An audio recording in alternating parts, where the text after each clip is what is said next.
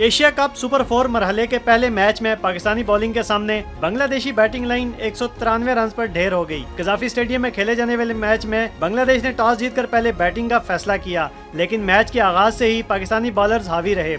नसीम शाह ने अपने पहले ओवर में बांग्लादेशी ओपनर मेहदी हसन मिराज को खाता खोलने से कबल ही फखर जमान के हाथों कैच आउट करा दिया। 5वें ओवर में शाहीन आफरीदी ने लटन दास की विकेट हासिल कर ली। हारिस रऊफ ने ओपनर मोहम्मद नईम को 20 और तौहीद हरदोए को सिर्फ 2 रन पर पवेलियन भेज दिया। 4 विकेटें गिरने के बाद कप्तान शकीबुल हसन और मुशफिकुर रहीम ने टीम का स्कोर आगे बढ़ाया, लेकिन 53 रन बनाकर शकीब भी टीम का साथ छोड़ गए। इन्हें फहीम अशरफ ने आउट किया। 6ठी विकेट इफ्तिखार अहमद ने हासिल की, जबकि 174 रन पर शमीम हुसैन 16 रन बनाकर आउट हो गए। इसके बाद सीनियर बल्लेबाज मुशफिकुर रहीम 64 रन बनाकर हारिस रऊफ का शिकार बने और नए आने वाले बैटर तस्कीन अहमद भी हारिस रऊफ की अगली गेंद पर पवेलियन लौट गए। हारिस रऊफ हैट्रिक तो न कर सके, मगर बांग्लादेशी बैटिंग लाइन की आखिरी उम्मीदों पर पानी फेर गए। आखिरी 2 विकेटें नसीम शाह ने हासिल की। बांग्लादेश की पूरी टीम 38.4 ओवर्स में 193 रन बनाकर आउट हो गई। हारिस रऊफ ने 4, नसीम शाह ने 3 विकेटें हासिल की, जबकि शाहीन आफरीदी, फहीम अशरफ और इफ्तिखार अहमद के हिस्से में एक एक विकेट आई।